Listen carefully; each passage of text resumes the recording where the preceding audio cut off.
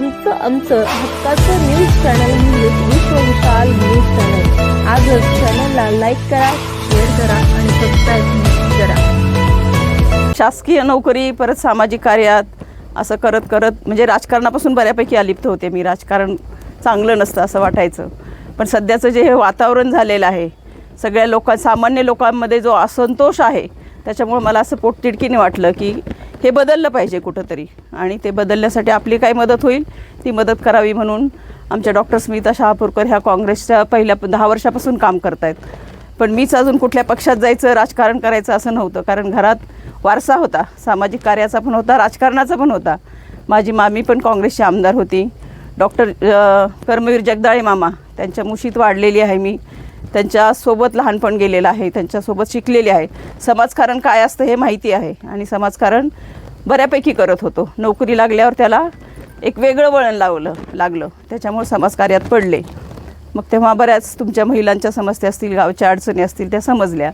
पण असं राजकारणाची ओढ किंवा गोडी अशी काही नव्हती, पण सध्याचं वातावरण जे बिघडलेलं आहे त्याच्यामुळे असं वाटतं की हे थांबलं पाहिजे कुठंतरी, कारण सगळे सामान्य लोक जे आहेत, गरीब लोक आहेत, शेतकरी लोक असतील, महिला असतील, सगळ्यांना वाटतं हे बदललं पाहिजे। मग बदलत का नाही? गेली 10 वर्ष झालं आपण विनाकारण हे सहन करतोय, हेच थांबलं पाहिजे हे कुठंतरी, म्हणून मी कामाला लागले।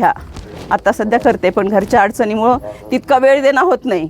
पण तुमच्यासारख्या लोकांकडून सगळीकडे हे जाईल आणि तुम्ही स्वतः जेव्हा सांगाल तर तेव्हा हे थांबेल। लोकप्रतिष्ठान ही संस्था लोकशाहीची मूल्य मानणारी संस्था आहे, आणि ती संविधान जेव्हा धोक्यात येते, लोकशाही जेव्हा डळमळीत होते, तेव्हा मग स्वस्थ बसून चालत नाही।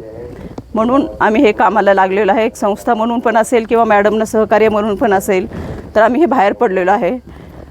महाविकास आघाडी पण झालेली आहे त्यासाठी, आणि ते आघाडीचे उमेदवार आहेत ओमराजे निंबाळकर, त्यांनी काम केलेलं आहे। काम करणाऱ्या लोकांच्या पाठीशी राहायचं, सत्याच्या पाठीशी राहायचं हे आम्हाला माहिती आहे। सत्याच्या पाठीशी राहिलं, सत्याची कास धरली तर काय होतं हे आपल्याला पहिल्यापासून माहिती आहे। स्वातंत्र्यपूर्व काळातसुद्धा महात्मा गांधींनी कसं हे देशाला स्वातंत्र्य मिळवून दिलं, कसं सत्याची कास धरली, कसं अहिंसेचं धोरण स्वीकारलं, आणि बरेच बदल झालेले आहेत। लोक म्हणतात ना काय केलं काँग्रेसनं, पण ते काँग्रेसनं त्या काळात काय कामच केलं नसतं तर आज तुम्ही उभ्याच राहिला नसतात ना। आजकालच्या तरुण पिढीला सोशल मीडियामध्ये जे येणारे व्हॉट्सअपचे मेसेज असतात त्याच्यावरती लोक जास्त लवकर भरोसा ठेवतात, कारण मध्यंतरच्या काळामध्ये मागे काय झालेलं आहे ह्याची रिव्हिजन कधी झालेलीच नाही। ह्या राजकारणी लोकांनी काय केलेलं आहे, देश स्वतंत्र होण्यासाठी काय केलं आहे, तुमच्या आमच्या पिढीला ते माहिती आहे। आपण लहानपणापासून तेच ऐकत गेलो। ही आत्ताची 20-25 वर्षाची जी पिढी आहे, ह्या पिढीला हे माहीत नाही, त्यांच्यासमोर तो आदर्श नाही आहे, किंवा आता सध्या त्या घटना घडलेल्या नाही आहेत, त्यांच्या कोण आदर्श आहे त्यांचा, तो एवढासा मोबाईल, त्या मोबाईलमध्ये येणारे व्हिडिओ, आणि त्या व्हिडिओमध्ये, त्या मोबाईलमध्ये, सोशल मीडियामध्ये आता सध्या काय चालू आहे, जे मोठे मोठे नेते होते त्यांची बदनामी करण्याचं काम चालू आहे। आणि माणसाची मानसिकता तशीच असते साधारण, की एखाद्याबद्दल वाईट बोलायचं असेल आपल्याला तर खूप लोक एकत्र येतात, एखाद्या व्यक्तीबद्दल चांगलं बोलायचं असलं तर तितके लोक येत नाहीत एकत्र, ज्यांना ते पटलेलं आहे असेच लोक येतात। मग हे कुठंतरी थांबलं पाहिजे, हे तरुण पिढींना पण समजावून सांगितलं पाहिजे। आपण सातत्यानं घरात सांगितलं पाहिजे। आपण जसं घरात एखाद्या आपले आजी आजोबा असतील, आई वडील असतील किंवा चुलते असतील, त्यांनी केलेलं काम कसं सांगतो, आमच्या काळात असं होतं, तसंच हे सुद्धा काम सांगितलं पाहिजे। तुला राज्यशास्त्र आवडतं तर ही चांगली गोष्ट आहे, ह्याच्यामध्ये अभ्यास केला पाहिजे आणि शिकलं पाहिजे, आणि हे कुठंतरी थांबावं।